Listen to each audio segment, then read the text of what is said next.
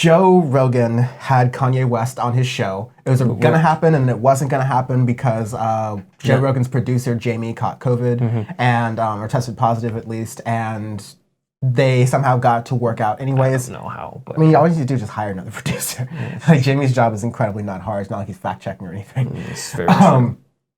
And yeah, so that episode happened. It's 2.5+ hours of pure unadulterated Kanye vest. And oh my God. First of all, I think it's just a good way to open the story and talk about any kind of context with Kanye West, especially because he's running for president. He's popping up on the ballot in random places in a number of different states. But at least before the Rogan interview, and maybe he'll get like a minor bump from this, he was polling at 2% nationally. Most of these polls have a 2 to 5% margin of error. Yeah. Usually 3% is actually the lower margin of that margin of error. So he's effectively at 0. He's at 0. And the state level polls, which have varying levels of accuracy as well, have him even worse. The polls could be wrong, like they were in 2016. They're not going to be wrong in a way that Kanye West wins in any sort of fashion. I can at least predict that. Yeah, yes. Confirm that. Can confirm. So a basic overview of the podcast. It's available on YouTube. It's available on Spotify. I'm just going to go through this like variety kind of runoff. It's hard to kind of headline and do like a quick write-up of a 3-hour interview, which is why I wanted to get the kind of context of it.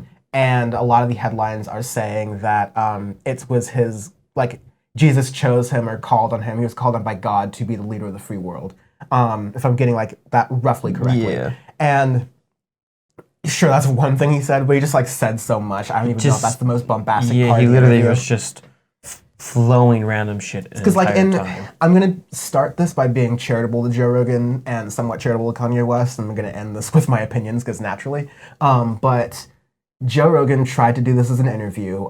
Joe Rogan, near the end especially, he was like, okay, this is a political candidate. And also the inside baseball is that it was floated the idea of Joe Rogan hosting a debate between Donald Trump and Joe Biden, which would have been awful. But it would have been hilarious.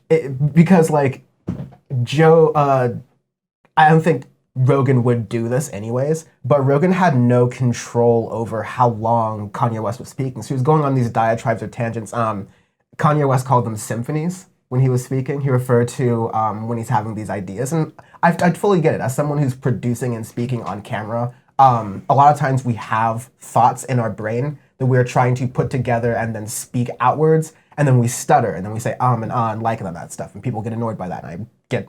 understand that. We sleep on that. But like, you also...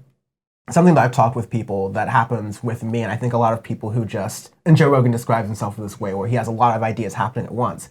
It's how do you control all of those ideas happening in your head without like putting them all out? And yes, the great thing about having this dichotomy of us on the podcast is just like, he can just say that very clearly and just translate for me. You just use a filter. You get a sander of all your ideas, and the shitty ones like go through, and the other ones kind of stick. Because sometimes shit sticks too. Yeah. So you get like one of those refrigerator water filters, like a Brita or whatever. Yeah, there you go. Like one brand up. But like normal people gain the social skills, and I don't want to use the overused normal and all these different things. This is like ultimately we've described Kanye West's thing as a mental health episode that enough people aren't taking seriously. So I'm not going to try to pejorative those words too much.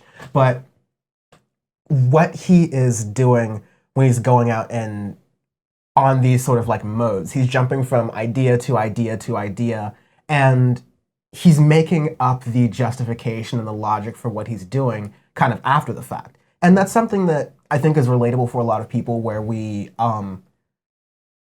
live our lives and then we sort of justify what happened after the fact because we have the knowledge of the present. But you also get to a level where you are you're worth millions of dollars. You're a celebrity who is considered to be a visionary who started all these different like subgenres and everything.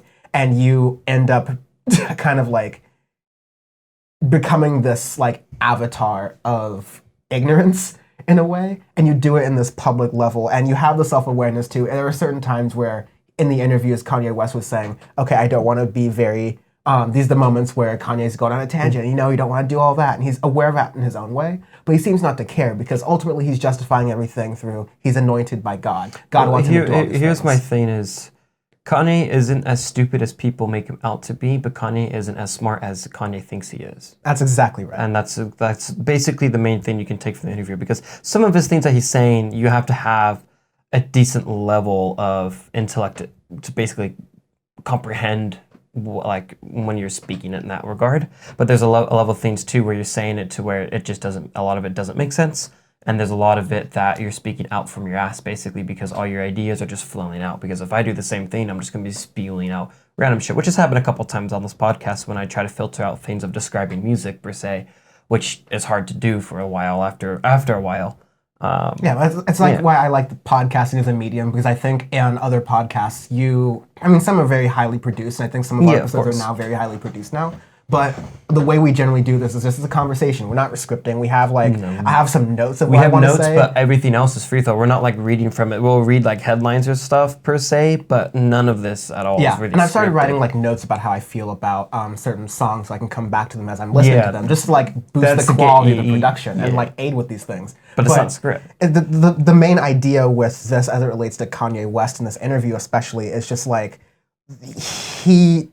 this is a perfectly fine conversation we'd have it like back in normal times, like at a barber shop or at a barbecue place. Like, so someone just like shooting the shit who's just like saying, okay, I've seen some things, here's my perspective on things. I just want to flip, what about this though? What if we thought about it this way? Like just thought experiment, just like for fun. It's just riffing. Yeah, everybody has that one person they know who are like that, who thinks that they're the smartest person there and tries to use their intellect to try and get them one up.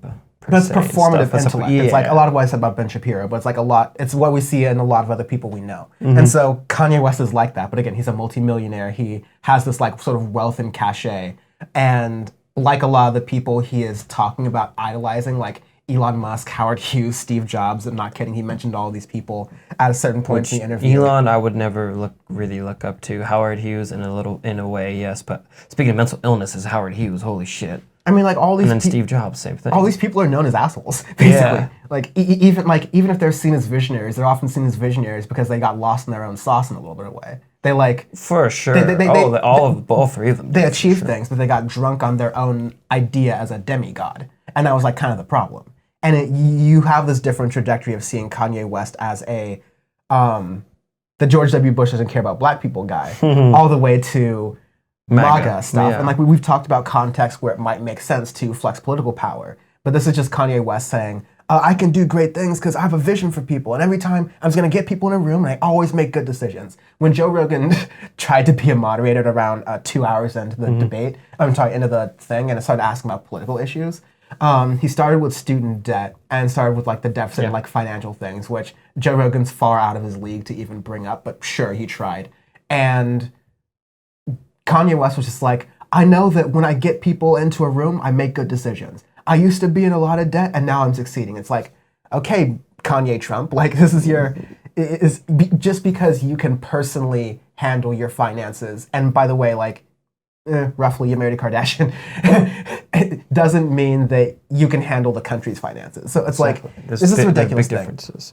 The sucky thing is that, and we'll wrap up here, but like the sucky thing about it is that like people will see this interview and see that's on Joe Rogan, and it gives you a sense of legitimacy, which is annoying. And like it's a sense of legitimacy under like a sort of small amount of people. And I do appreciate again that the way Joe Rogan structures his show to a fault is that he tries to get his guests to dig deeper into things they're already saying and only challenges his guests to provide sort of like structure to the conversation, not really to like get at what they believe. So Joe Rogan wasn't really trying to do that. He was trying to just like ask questions to get Kanye to elaborate more, and that's why Joe Rogan spoke for like 5% of the entire podcast, no cap. But it's gonna make people think, oh, I listened to a 2.5 hour conversation of Kanye West just speaking unfiltered. Therefore, it must be the truth. Or like, therefore, I didn't hear it through the filter of the mainstream media. I got to hear it from my own and be a free thinker. And then you become the identity of believing that you're a free thinker because you're the original source for information, but without knowing that you don't have the ability to without accepting that you don't have the ability to process the information in that way, you will end up falling down these rabbit holes and falling down these weird sort of belief systems like Kanye West has done. Kanye West is the fault of being a crank and having a bunch of yes men around. I would say it is the problem of the yes men, just like Elon. Where you surround yourself with people that will never say no to you and who don't help you when you have mental health episodes. Yes. Super last thing, sorry. The microcosm of the way Kanye West thinks is this one part where he was describing how he hates having to teach one of his daughters or his daughter like the difference between TO, TWO, and TOO. So like 2, 2, and 2. He's saying like he just wants her to write the number 2 and that it all means the same thing and that it's just the way that Europeans have colonized Africans in order to speak a certain way and that it's in black people's DNA to not be able to understand these things. It's like Kanye is extrapolating a you problem that starts off as like a funny, oh, it's just Uncle Ye, it's just a funny little anecdote that then goes into like eugenics. And then you realize that like this guy, serious or not, is running for president. And then you realize that this guy, serious or not, is on Joe Rogan's podcast, which has legitimacy even though he's just a cage fighting commentator. And then you start to see the problem of like how this filters out into alternative media because this isn't going to be on MSNBC or CNN or whatever, but like regular people are going to watch this and like might take away some things from this and it's going to be the building blocks to other bullshit. Kanye West is intent on running in 2024 and he said he was going to run in 2020 before this, so he's probably going to try to do it. And he's going to most likely get more votes every time he runs because that's just how it works. It sucks. I do not want to live in a President Kanye country. I don't want to really live in a celebrity. You don't want to live in a eugenics society. Yeah, so that's Westworld. It kind of sucks, but remember why I started the segment. He's at 0%. Yes. So it's not that big of a thing to worry about.